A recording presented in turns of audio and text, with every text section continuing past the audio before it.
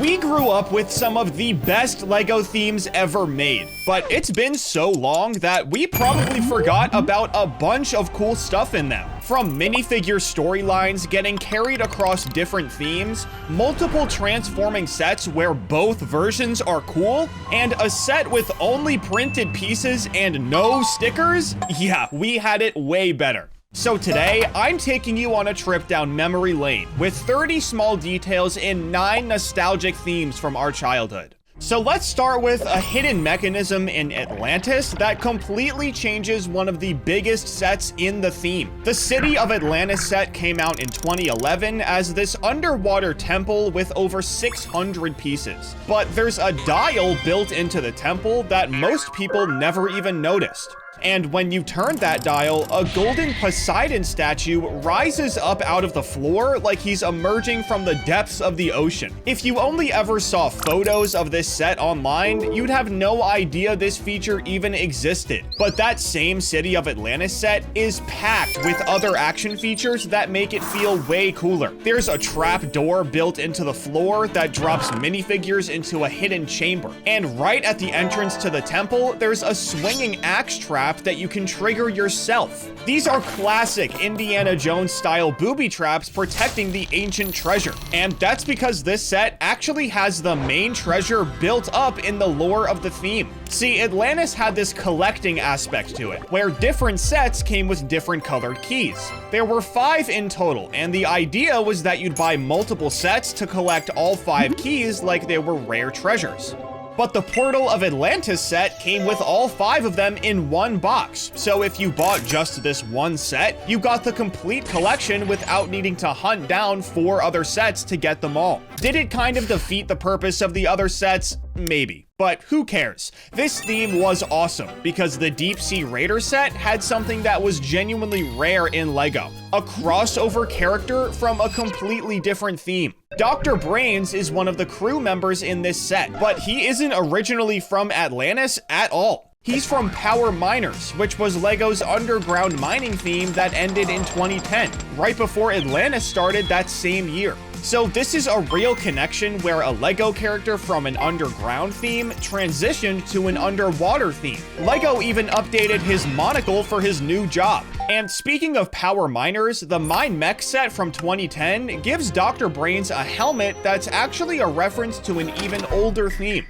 It's a recolored Rock Raiders helmet. Rock Raiders was LEGO's underground mining theme from way back in 1999, over a decade before Power Miners. So by giving Brains this specific helmet style, LEGO created one of the most obvious visual links between Power Miners and Rock Raiders. It connects 11 years of LEGO's underground exploration history. But Dr. Brains also has a dual-sided head with a really scared face on one side. And at the time, people compared it to Exo Force, which was LEGO's mech fighting theme from 2006 to 2007. Characters in Exo Force had these really dramatic faces when they were in danger, and Brains' face has that exact same energy. It's not a true crossover like Atlantis, but it's a callback that people who collected Exo Force would immediately recognize. But the connections to Exo Force don't stop with faceplates. The artwork on the back of the box for the Mine Mech set has a design that people said feels identical to how Exo Force sets were marketed.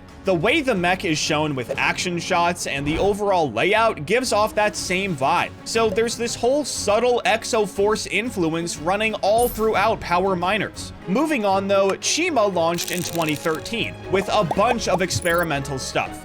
And most people remember the Speedor's vehicles with the ripcords. But the Chi Waterfall set came with something a lot of people completely forgot about: physical character battle cards. There was supposed to be a whole card game layer to early Chima where you'd collect these cards and use them in battle with your friends. So Chima wasn't just about building and racing. There was this whole separate game built into the theme that got overshadowed by Speedors. And that Chi Waterfall set is actually designed around Speedors in a really specific way. The entire set revolves around launching a Speedor with a ripcord to try and hit a swinging pendulum and knock chi crystals loose. So the set itself is a building challenge and a mini game all in one. But one of the craziest transformations Chima ever did shows up in the Flying Phoenix Fire Temple set from 2014. This is a set where the temple itself connects with a giant phoenix figure, and the whole thing converts into a flying attack machine. It's one of the most insane transformations the theme ever made, and I feel like it's completely forgotten now, because it came out later in Chima's life when people were already losing interest in it. But moving on to early Ninjago, the Temple of Air Jitsu from 2015 has a fun little callback hiding on the box art. If you look closely at the artwork, the postman on the box is being harassed by chickens. Now, if you watch the Ninjago TV show, you know the postman is this recurring character who has the worst luck in all of Ninjago. He's constantly getting caught up in ninja battles, accidentally involved in disasters, chased by enemies, all this crazy stuff. The poor guy just wants to send out mail, and he keeps getting dragged into chaos. So putting him on the box getting attacked by chickens is the best way to reference him. But inside the Temple of Air Jitsu, there's a play feature that's both cool on its own and a callback to another theme. There's a small shadow puppet stage powered by a light brick,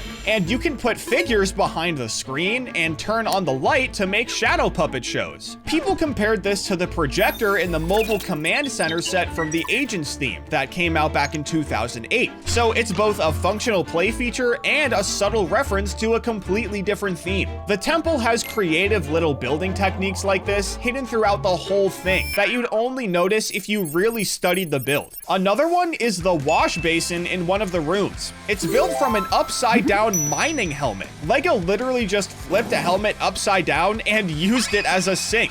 It's such a simple but clever way to use this piece, but there's something way cooler hiding in the upper levels of this set. It has books and art supplies scattered all around, and the attic has a camera and a hairbrush with some other random stuff. People took one look at these things and immediately connected them to Cole based on how he is in the show. He likes art and creative stuff, so there's a story happening here where Cole's personal stuff is stored in the attic of the temple. But the absolute best nostalgic reference in the entire Temple of Air Jitsu is the glider. People pointed out that it's almost identical to the 1187 glider set from the original 1999 Ninja theme. Not Ninjago, the original Ninja theme that came out 14 years before this temple set. That set was the classic Lego Ninja line from before Ninjago was even a concept. Legos made references to this theme in other Ninjago sets, so the odds of this being true are really high. But now let's move on to everyone's favorite commercial, Lego City. The deep sea exploration vessel from 2015 has a feature that people loved to see, but was still pretty rare back in the day. The main ship and the smaller boat are actually designed to float on real water. You can put them in a bathtub or a pool and they'll fully float without sinking or tipping over. Most modern Lego boats aren't designed like this anymore because they're seen more as display models, but this one was meant for the exact opposite. And the underwater shipwreck section in that same set has a really cool hidden action feature built into it. If you pull on the staircase piece, an entire section of the wreck collapses and falls apart. It's designed to look like the old ship is breaking down from age and decay, which adds a lot of life to what could have just been a boring set. The next theme, though, is everyone's favorite, Bionicle.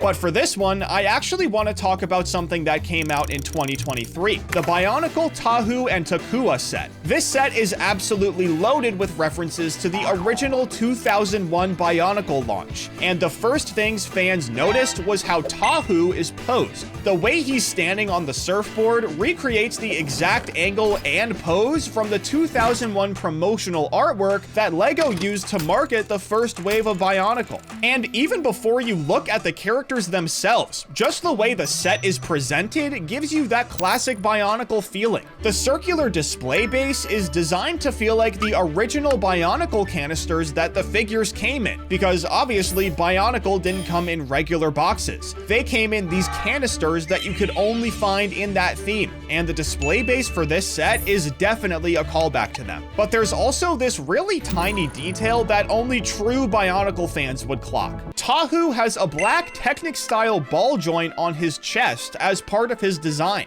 This is a direct callback to how the original Bionicle figures were made, because they used these ball joints as part of the chest assembly. It's such a specific building technique that was only used in Bionicle, so only the diehards really understood it. But the tiny beach part of this set has micro builds that recreate a super specific moment from Bionicle's story. There's a Mata Nui stone and a Makuta stone sitting on the sand, and these reference the moment when Tahu first gets to the island of Mata Nui, and when Takua, who would later become Takanuva, is awakened. If you don't know about Bionicle's lore, these are just random rocks on a beach, but if you followed the story, you immediately recognized what was going on here. But the next theme I want to talk about is Nexo Knights. This theme launched in 2016 with this whole digital integration concept, and it had scannable shields that were actually functional, not just there for decoration. Sets like the King's Mech and Jestro's Volcano Lair came with these shield pieces that had printed codes on them, and you could scan these shields with your phone using the Nexo Knights app to unlock that shield's specific power in the game. So the physical pieces you got in your sets had real digital functionality.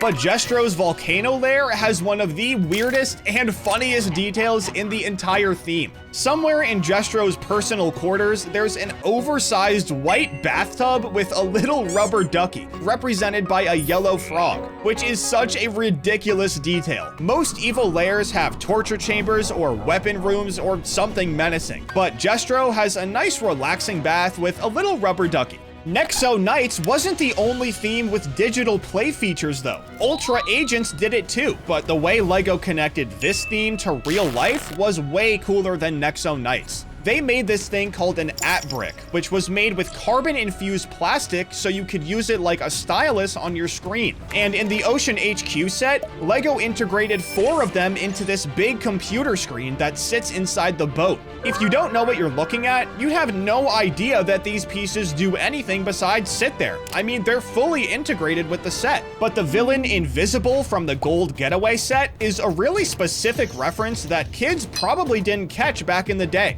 He's based directly on the Invisible Man. This character was made by H.G. Wells all the way back in 1897, and the minifigure's hat and glasses look is taken straight from that story. But that same Gold Getaway set has a bike build with one of the coolest transformations in all of Ultra Agents. The bike splits apart and the wheels rotate upward into a vertical takeoff position. So it goes from a regular bike to a flying bike. And the best part is that both forms look sick. Usually with transforming LEGO vehicles, one mode looks great and the other looks kinda mid. But this thing is goated no matter which way it's configured. But did you know that Ultra Agents has a character who actually comes back from an older theme? That character is Solomon Blaze, and obviously he's in Ultra Agents, but he originally showed up in Galaxy Squad back in 2013. I know you guys love lore, so here's his story. Solomon Blaze started his career in Galaxy Squad as this young pilot fighting bugs on alien planets. He was in his field for a super long time and was even the leader of an entire squadron. He got a lot of experience in his time at Galaxy Squad, so much that he lost a leg. And years later in the LEGO universe, he started working with the Ultra Agents fighting completely different threats on Earth. It's one of the cleanest hidden connections out of any LEGO branded theme. Most minifigs never get anything like this. But Galaxy Squad also had something that's genuinely rare for LEGO, especially these days. The Space Swarmer set from 2013